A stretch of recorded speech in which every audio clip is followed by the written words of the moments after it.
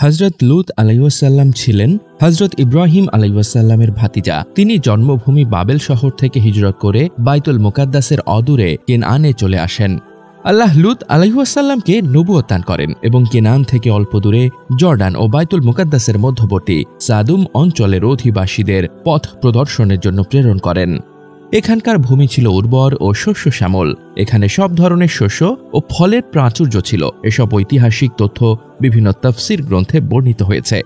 হযরত লূত আলাইহিসসালামের জাতি আল্লাহর ইবাদত ছেড়ে শিরক ও কুফরিতে লিপ্ত হয়েছিল।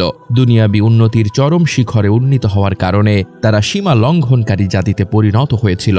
ইতপূর্বে ধ্বংসপ্রাপ্ত জাতিগুলির মতো তারা চূড়ান্ত ভোগবিলাসে গা ভাসিয়ে দিয়েছিল।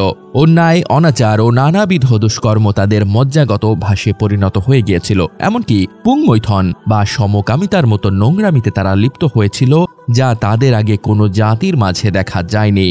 এই কুকাজকে আরবিতে লুতিয়া এবং উর্দুতে লেওয়াতাত বলা হয়। জন্তু জানোয়ারের থেকেও নিকৃষ্ট ও হঠকারী এই জাতির হেদায়েতের জন্য আল্লাহ তাআলা লূত আলাইহিসসালামকে প্রেরণ করলেন। হযরত লূত আলাইহিসসালাম তাদেরকে আল্লাহর পথে আহ্বান করলেন এবং সকল ধরনের পাপ ও গর্হিত কাজ থেকে বিরত থাকার নির্দেশ দিলেন। কিন্তু তারা আহ্বানে সাড়া দিল না। নিজেদের খেয়াল খুশি মতো পাপাচারে লিপ্ত থাকত, নবীর সঙ্গে দুর্ব্যবহার করতে লাগলো।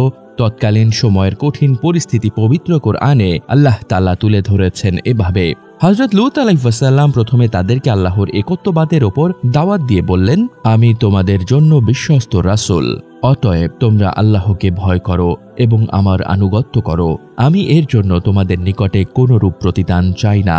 আমার প্রতিদান তো বিশ্বপ্রভু আল্লাহ দিবেন। সূরা শুআর আয়াত 162 থেকে 165।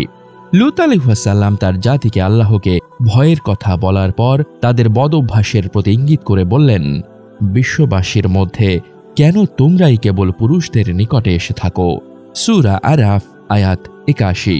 মহান আল্লাহ শরঈ বিবাহ বন্ধন দ্বারা নারীদের সঙ্গে জৈবিক চাহিদা পূরণ করা হালাল করেছেন। এর বিপরীতে পুরুষের সঙ্গে জৈবিক চাহিদা পূরণ করা হারাম। কিন্তু লূত আলাইহিসসালামের সম্প্রদায় স্ত্রীদের পরিবর্তে পুরুষদের সঙ্গে জৈবিক চাহিদা পূরণ করতে শুরু করেছিল। পৃথিবীতে এই পাপাচারের সূত্রপাত তাদের মাধ্যমেই হয়। লূত আলাইহিসসালাম তাদের এই পাপাচার থেকে সরে আসতে বললেন। পবিত্র কোরআনে বর্ণিত হয়েছে, আর তোমাদের স্ত্রীগণকে বর্জন করো, যাদেরকে তোমাদের জন্য তোমাদের পালনকর্তা সৃষ্টি করেছেন। নিঃসন্দেহে তোমরা সীমা লঙ্ঘনকারী সম্প্রদায়।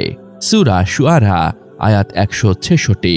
জবাবে তার সম্প্রদায়ের নেতারা বলল, হে লূত, যদি তুমি বিরত না হও তাহলে তুমি অবশ্যই বহিষ্কৃত হবে। তিনি বললেন, আমি তোমাদের এইসব কাজকে ঘৃণা করি।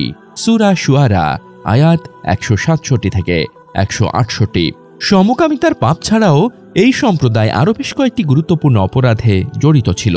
সেই পাপাচারগুলো হল আল্লাহর সাথে কুফরি এবং রাসূলদের প্রতি মিথ্যারোপ। এর পাশাপাশি রাহাজানি, অর্থাৎ পথে মানুষদেরকে আক্রমণ করে তাদের হত্যা করত এবং সবকিছু নিয়ে নিত। এসবের সঙ্গে তারা আরেকটি পাপাচারে লিপ্ত ছিল, তা হল মজলিসের সবার সামনে এমন অপকর্ম করত যা সম্পূর্ণ অশোভনীয় ছিল। তাদের একজন অন্যজনকে তা থেকে বাধা দিত না। কোরআনে তাদের তৃতীয় পাপ কাজটিকে নির্দিষ্ট করেনি। এ থেকে জানা যায় যে যে কোনো গুনাহ প্রকাশ্যে করাও একটি স্বতন্ত্র গুনাহ। লূত আলাইহিসসালাম তাদের 3টি প্রধান নোংরামির কথা উল্লেখ করে বলেন, তোমরা এমন অশ্লীল কাজ করছো যা তোমাদের পূর্বে পৃথিবীতে কেউ করেনি। তোমরা কি পুংমৈথনে লিপ্ত আছো, রাহাজানি করছো এবং নিজেদের মজলিসে প্রকাশ্যে গর্হিত কর্ম করছো? জবাবে তার সম্প্রদায় কেবল একথা বলল যে, আমাদের উপরে আল্লাহর গজব নিয়ে এসো যদি তুমি সত্যবাদী হও। তখন তিনি বললেন, হে আমার পালনকর্তা, এই দুষ্কৃতিকারী সম্প্রদায়ের বিরুদ্ধে তুমি আমাকে সাহায্য করো। সূরা আনকাবুত আয়াত 29। তাদের এমন হঠকারিতা ও অবাধ্যতার পর লূত আলাইহিসসালাম আল্লাহ তাআলার কাছে সাহায্য কামনা করলেন। ফলে যথারীতি গজব নেমে এলো তাদের ওপরে। একদিন ভোরবেলা তাদের শক্তিশালী ভূমিকম্প দিয়ে ধ্বংস করে দেন আল্লাহ তাআলা। ভূমিকম্প এত শক্তিশালী ছিল যে তাদের পুরো নগরীটি সম্পূর্ণ উল্টে যায়। মুফাসসিরগণ বলেন, লূত আলাইহিসসালামের সম্প্রদায়কে হযরত জিবরাইল আলাইহিসসালাম নিজের ডানা দিয়ে হালকা আঘাত করেন। এতেই সকল পাপাচারী অন্ধ হয়ে যায় এরপর ডানা দিয়ে পুরো সাদ্দুম নগরীকেই গোড়াসহ তুলে ফেলেন। এত উঁচুতে নিয়ে যান যে প্রথম আসমানের রক্ষী ফেরেশতারাও সাদ্দুম নগরীর কুকুর আর মোরগের ডাক শুনতে পেরেছিল।